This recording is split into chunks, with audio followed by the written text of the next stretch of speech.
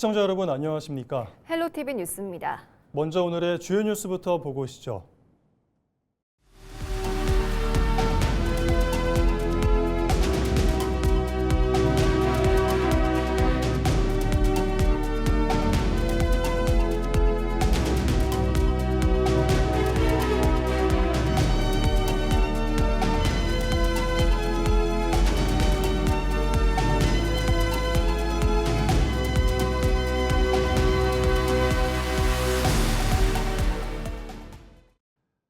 몇 년 전부터 태안이 울릉도 등 동해안 지역을 제치고 오징어 주산지로 떠오르고 있습니다. 오징어가 많이 잡히면서 태안이 전국 오징어 최대 위판장으로 전국 거래량의 절반 이상을 차지하고 있는데요. 지역에선 지역 경제에 활기를 불어넣어줄 새로운 소득원으로 기대하고 있습니다. 정호석 기자의 보도입니다. 이른 아침 조업을 마친 선박이 항구로 들어옵니다. 잠시 후 항구는 선박들로 가득 찹니다. 항구에 정박한 선박에선 선원들이 오징어가 담긴 상자를 쉴 새 없이 나릅니다. 태안 지역에서 오징어가 많이 잡히자 전국 각지에서 매일 100척 이상의 어선이 태안을 찾고 있습니다. 배들이 작년만 해도 100척 정도가 왔어요. 전국 배들이. 차낙기, 유자망들. 근데 올해는 130척이 왔다. 그리고 양이 작년보다 한 30%가 증가할 것으로 예상하고 있습니다. 육지에선 오징어 경매를 위한 준비가 분주하게 진행됩니다. 경매가 시작되자 위판장에선 태안 오징어를 구매하기 위해 전국에서 모인 상인들이 앞다퉈 입찰을 합니다.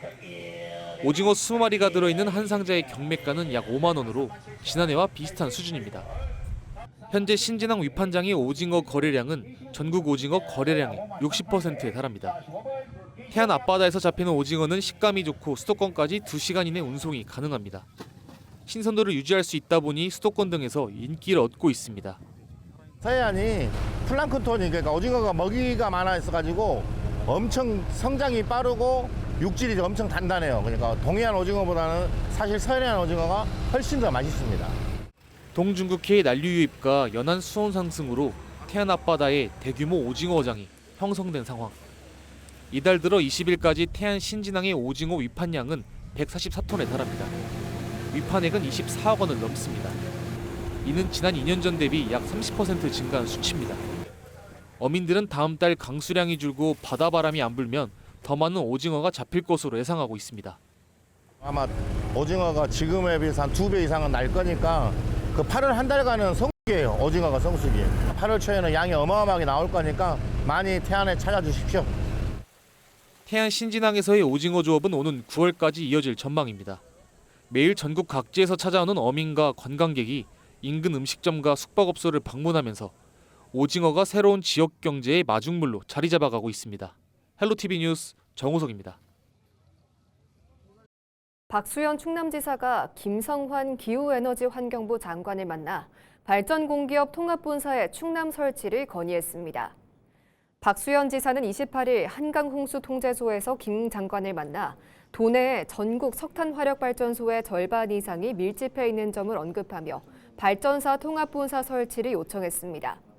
또 대체 발전소 송전선로 건설 지연 등을 이유로 오는 12월로 예정된 태안화력 2호기의 폐지 시점을 1년 연장해 줄 것도 함께 건의했습니다. 이와 함께 기후부 소관 공공기관의 충남혁신도시 이전을 요청했습니다. 예산군이 사업비 150억 원을 투입해 덕산 온천관광지 일대에 야간 관광 인프라 온빛의 별빛공원을 조성합니다. 충남도 지역균형 발전 사업 일환으로 추진되는 이번 사업은 오는 2027년 착공, 2030년 준공을 목표로 하고 있습니다. 공원에는 스마트 야간 조명과 안개 분수, 미디어 영상 시설 등이 들어설 전망입니다. 한편 예산군은 별빛공원 조성에 앞서 관광지 내 불법 시설물과 광고물을 정비하는 등 환경 개선 작업도 병행할 방침입니다. 지금 덕산은 낮에는 그런 데로 좀 사람들이 많이 오십니다. 조격장도 있고요, 황토길도 있고 메타색 과외 길도 있습니다. 수덕사도 있죠. 근데 밤에가 볼 게 좀 사람들이 좀 어렵습니다. 그래서 위에 우리 리스홈스 플러스에 숙박을 하시는 분을 포함해서 많은 숙박객들이 저녁에 안심하고 좋은 광경을 볼 수 있는 공원도 조성을 해서 거기에서 하나의 추억을 만드는 야간 경제를 살리는 사업이 되겠습니다. 예산에서 트랙터가 추락해 한 명이 사망했습니다. 지난 27일 오후 7시 30분쯤 예산군 덕산면 옥계리의 한 이면도로에서 주행 중인 트랙터가 도로 옆 약 10m 높이 개울로 추락했습니다. 이 사고로 60대 남성 운전자가 트랙터에 깔려 심정지 상태로 구조돼 병원으로 이송됐지만 결국 숨졌습니다. 경찰은 안전운전 주의 의무 위반으로 인한 사고로 보고 자세한 원인을 조사하고 있습니다. 태안의 한 해수욕장 인근에서 시신이 발견됐습니다. 지난 27일 오후 3시 45분쯤 태안군 근흥면 연포 해수욕장 인근에서 남성으로 추정되는 시신이 발견됐습니다. 관광객의 신고를 받고 출동한 해경은 시신을 수습했으며 발견 당시 부패 정도가 심해 신원 확인 어려움을 겪는 것으로 전해졌습니다. 해경은 부검을 의뢰하고 타살 여부 등 자세한 내용을 조사할 방침입니다.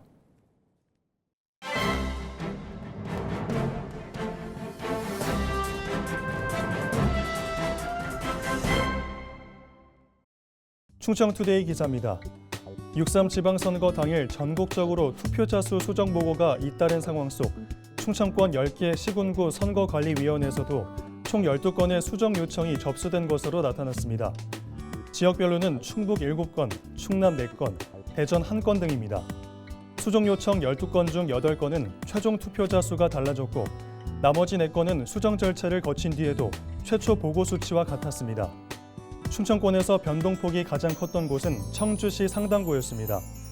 상당구 선관위는 오후 5시 기준 투표자 수를 5만 1,833명으로 보고했지만 5만 6,081명으로 수정하면서 투표자 수가 4,248명 많아졌습니다. 이는 오후 4시와 오후 5시 투표자 수가 같이 입력됐다는 이유였습니다. 홍성군에서도 같은 이유로 오후 5시 투표자 수가 2만 8,092명에서 2만 9,863명으로 1,771명 늘었습니다. 투표가 끝난 뒤에야 최종 투표자 수가 바뀐 곳도 존재했습니다. 예산에선 오후 6시 24분 투표자 수를 2만 7,279명으로 보고했다가 예산읍 투표자 수 수정을 이유로 오후 7시 2만 7,278명으로 수정했습니다. 지금까지 신문 브리핑이었습니다.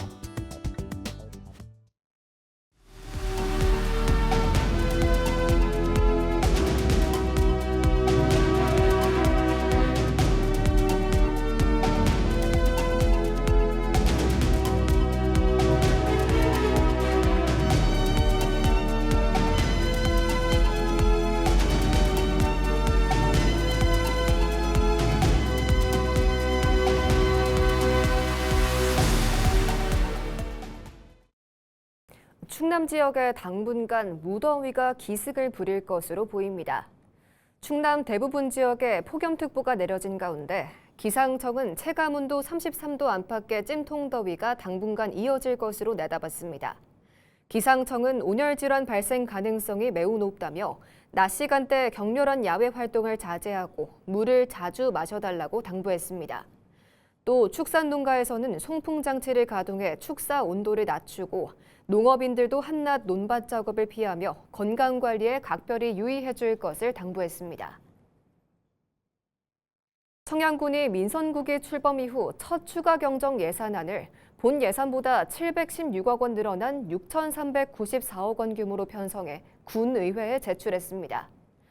이번 추경안에는 김홍열 군수의 공약 사업인 초중학생 아침 간편 먹거리 지원과 농어촌 버스 무료화 예산, 집중호우 피해 복구비 166억 원 등이 반영됐습니다. 제출된 예산안은 다음 달 12일 청양군의회 임시회 본회의에서 최종 의결될 예정입니다. 양천시가 김기재 시장 주재로 상반기 주요 업무보고회를 열었습니다. 27일 열린 보고회에서는 상반기 주요 업무 추진 상황을 점검하고 부서별 주요 현안과 사업 추진 계획을 공유했습니다. 특히 공약 사업 추진 절차와 재원 확보 방안, 관계기관 협의 사항 등을 종합해 민선국이 시정 실행력을 높일 방침입니다. 시는 보고회 이후 사업 대상지를 직접 확인하고 이해관계자와 주민 의견을 충분히 수렴해 현장 중심 행정을 강화할 계획입니다. 홍성에서 올해 첫 벼베기가 시작돼 추석 전에 햅쌀이 출하될 것으로 기대됩니다. 홍성군은 28일 서부면 광리 일원에서 올해 처음으로 조생종 쌀을 수확했다고 밝혔습니다. 현장을 찾은 박정주 홍성 군수는 벼베기 작업에 동참하며 생육과 수확 전망 상황을 점검했습니다. 이번에 수확한 2세대 빠르미 품종은 지난 4월 첫 모내기 이후 약 95일 동안 키운 것으로 추석 전 햅쌀 출하가 가능해 농가 소득 향상에 도움을 줄 것으로 기대됩니다. 충남도가 농림축산식품부로부터 배수 개선 사업 국비 36억여 원을 추가 확보해 올해 사업비가 1,017억 원으로 확대됐습니다. 이는 지난해 사업비보다 56.8% 늘어난 규모입니다. 충남도는 추가로 확보한 사업비를 부여 라복지구와 논산 숙진지구 등 반복적인 호우 피해를 겪어온 24개 지구에 우선 투입할 예정이라고 밝혔습니다. 한편 충남도는 43개 지구에서 배수 개선 사업을 추진하고 있으며 저지대 농경지와 상습 침수 지역, 배수로 등을 확충하고 있습니다. 서산시가 임산부들이 편하게 이동할 수 있도록 전용 버스를 운영합니다. 임산부 전용 행복버스는 현대자동차의 사회공헌 프로젝트로 마련돼 27일 시청에서 차량 기증식이 열렸습니다. 해당 차량은 유모차 보관 공간과 임산부 전용 안전벨트, 회전형 신생아 카시트 등을 갖추고 있습니다. 대상자는 성안면에 거주하는 임신 16주 이상, 출산 후 6개월 이내 시민으로 오는 9월부터 본격 운영에 들어갈 예정입니다. 충남 대표 피서지인 태안군이 지역 내 해수욕장 곳곳에서 다양한 행사를 진행합니다. 먼저 다음 달 1일 하간포 해수욕장에서 열리는 썸머팡 페스티벌에선 붕장어 잡기와 불꽃놀이 등을 즐길 수 있습니다. 특히 8월 8일 만리포 해수욕장에선 공군 특수비행팀 블랙이글스의 에어쇼가 진행됩니다. 또 만리포 해수욕장 야간 개장 기간 중 13일부터 17일까지 매일 해변에서 다양한 공연이 마련될 예정입니다. 서산시가 오는 8월 1일부터 이틀간 삼길포항 일원에서 제20회 삼길포 우럭축제를 개최합니다. 축제장에선 매년 큰 인기를 얻고 있는 우럭 독살 체험과 맨손 붕장어 잡기, 선상치어 방류 행사 등이 진행됩니다. 특히 우럭 독살 체험은 축제장에서 제공된 족대를 활용해 직접 우럭을 잡아볼 수 있습니다. 이와 함께 지역 특산물 특별 경매와 우럭회 시식 행사 등 다양한 볼거리와 먹거리도 즐길 수 있습니다. 한편 지난해 열린 삼길포 우럭축제에는 3만 8천여 명이 방문했습니다. 당진시가 최근 잦은 비와 고온다습한 날씨가 이어진다며 고추 탄저병 등 병해충 발생에 대비해 적기 방제를 당부했습니다. 당진 농업기술센터는 탄저병이 빗물이나 바람을 타고 주변으로 빠르게 확산하는 만큼 감염된 열매는 즉시 제거해야 하며 배수로 정비와 함께 지속적인 예찰이 중요하다고 설명했습니다. 당진시는 병해충 발생 초기에 등록 약제를 사용하고 약제 저항성을 막기 위해 성분이 다른 약제를 교대로 살포해 줄 것을 강조했습니다. 내포신도시 홍해공원과 신리천공원 어린이 물놀이장이 수질 검사 결과 모두 적합한 것으로 나타났습니다. 법정 수질 검사 항목인 대장균과 탁도 등 4개 항목이 기준치를 충족했으며 노로바이러스와 엔테로바이러스 등 감염병 병원체 14종도 검출되지 않았습니다. 충남도 보건환경연구원은 정기적인 수질 검사를 이어가는 한편 이용객들에게 개인위생 수칙 준수를 당부했습니다. 또 발열이나 설사, 발진 등 증상이 있을 경우 물놀이장 이용을 자제해달라고 강조했습니다.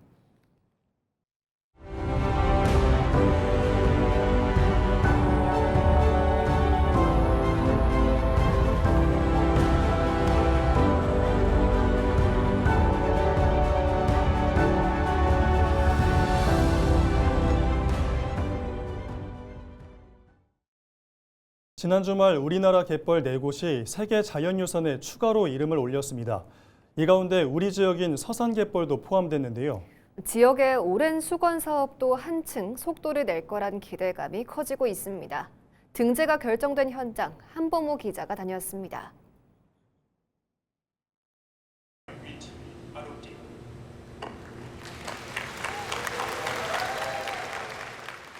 서산갯벌의 세계자연유산 등재 확정 순간 환호성과 함께 박수가 터져 나옵니다. 긴장했던 우리 대표단 얼굴에도 그제야 환한 미소가 번집니다. 충남의 갯벌이 이제 온 인류가 함께 지키고 보존해야 할 세계의 유산이 되었습니다. 그동안 갯벌을 바탕으로 삶을 이어오고 이 소중한 자원을 지켜주신 우리 주민 여러분께 우선 진심으로 존경과 감사의 말씀을 드립니다. 부산에서 열린 이번 회의에는 국가유산청과 관련 지자체 관계자들이 대거 참석해 현장에서 기쁨을 만끽했습니다. 수년간의 노력 끝에 이뤄낸 쾌거인 만큼 현장의 벅찬 여운은 쉽게 가라앉지 않았습니다. 이번에 추가로 이름을 올린 곳은 서산과 여수, 고흥, 무안갯벌. 지난 2021년 등재된 서천과 고창 등 4개 갯벌에 더해 세계유산구역이 훨씬 넓어졌습니다. 세계유산위원회는 생물 다양성과 멸종위기종 보전 가치를 높게 평가했습니다. 대한민국 갯벌이 세계 최대의 해양 생태계 보고로서 다시 한번 증명됐습니다. 대한민국의 남서 해안에 펼쳐진 이 갯벌은 대양주에서부터 중앙아시아까지 오는 철새들의 도래지면서도 그리고 전박이 물범 같은 그런 멸종 동물이 서식하고 있고 관심은 이제 갯벌의 보존과 활용으로 쏠립니다. 서산시는 이번 등재를 계기로 수건 사업인 가로림만 국가해양생태공원 조성에 속도를 낼 방침입니다. 오는 9월까지 예비 타당성 조사 신청을 마치면 올해 안에 결과가 나올 거로 예상됩니다. 탄소를 빨아들이는 염생식물 군락지를 조성해 갯벌 생태계를 복원하는 사업에도 나섭니다. 축구장 7개 규모로 내년 말 준공이 목표입니다. 내후년엔 125km에 이르는 해안선에 갯벌 생태길도 만들 계획입니다. 가로림만이 세계가 인정하는 생태 가치를 확보한 만큼 이를 발판으로 국가해양생태공원 조성 사업이 예타에 반드시 통과될 수 있도록 행정력을 집중하겠습니다. 그리고 한 발 더 나아가서 유럽의 와든해에 버금가는 세계적인 해양생태 관광지로 키워나가겠습니다. 세계유산 등재로 수산자원의 가치가 높아지면서 어민들의 소득 향상과 지역경제 활성화에 대한 기대감도 함께 커지고 있습니다. 헬로티비 뉴스 한보호입니다. 충남도가 서산시 천수만 해역 악취와 관련해 원인 조사와 피해 대책 마련에 나섰습니다. 박수현 충남지사는 지난 26일 서산시 부석면 창리 선착장과 부나무 수문 앞 등 피해 현장을 찾아 상황을 점검했습니다. 천수만 해역에선 지난 25일 오전 심한 악취를 풍기는 젓갈색 물질이 다량 발견됐습니다.